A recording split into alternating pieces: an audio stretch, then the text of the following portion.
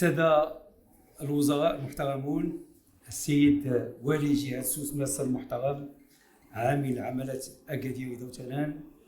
السيد رئيس مجلس جهة سوس ماسا المحترم،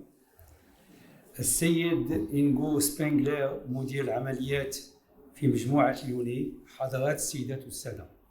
أيها الحضور الكريم، مرحبا بكم في أكادير، هذه المدينة التي تشهد تطورا شاملا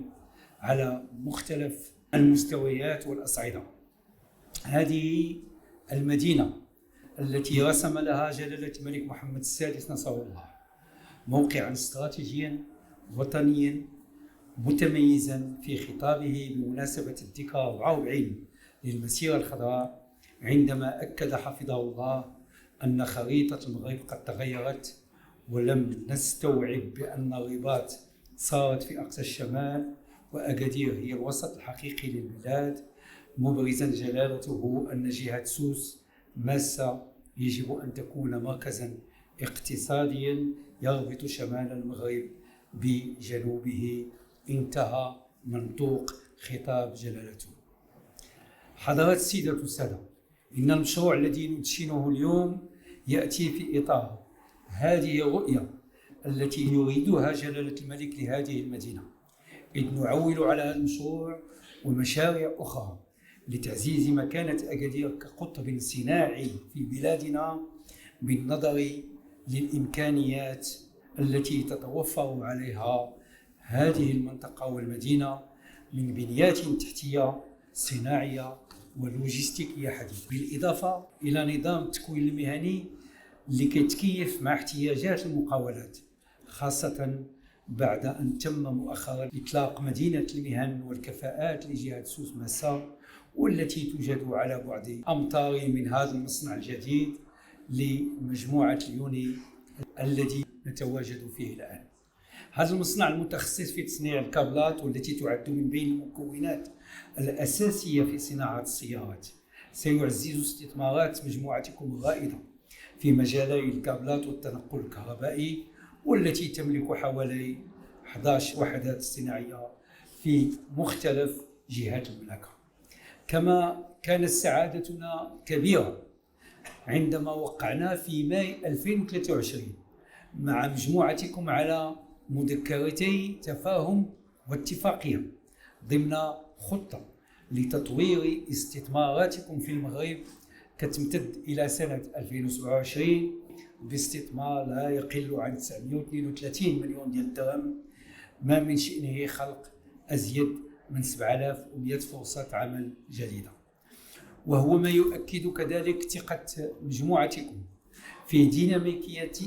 وتنافسية المملكة المغربية، التي تعد من بين الوجهات المفضلة لكبار المستثمرين العالميين في قطاع صناعة السيارات. علما أن مصنع المجموعة في أكادير الذي نعطي انطلاقته اليوم يوفر لوحده حوالي 3000 منصب شغل مباشر،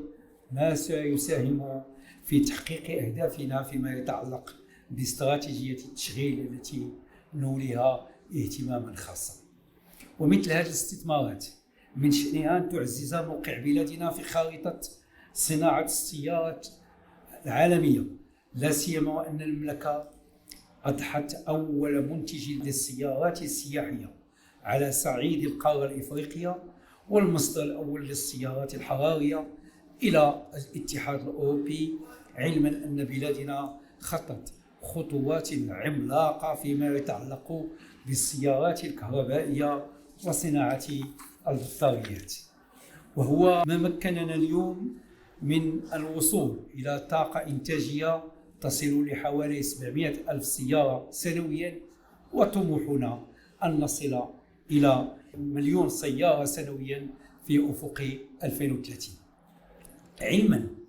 أن صادرات بلادنا من قطاع السيارات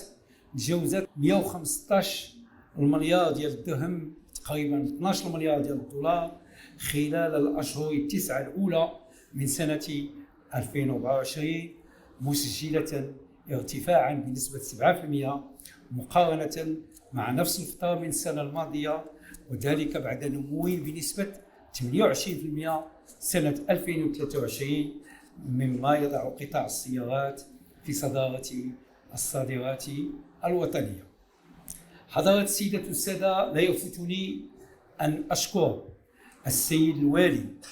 والسيد رئيس الجهة وجميع السلطات المحلية المركزية والمنتخبين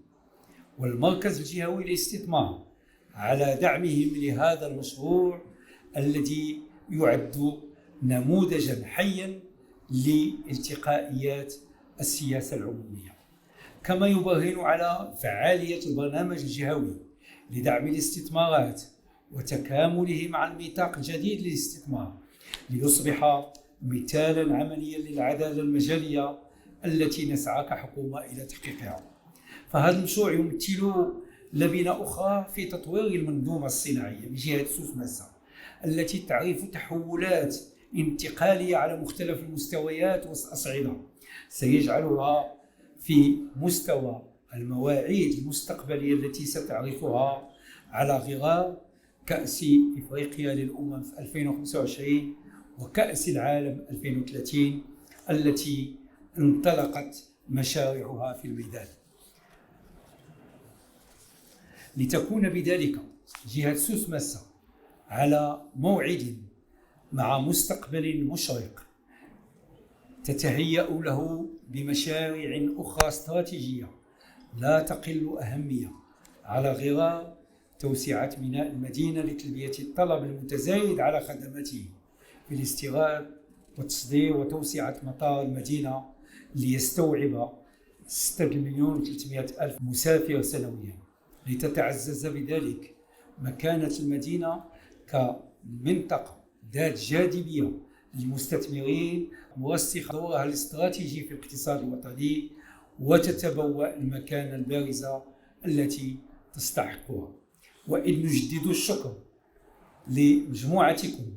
على ثقتها في الاستثمار ببلادنا،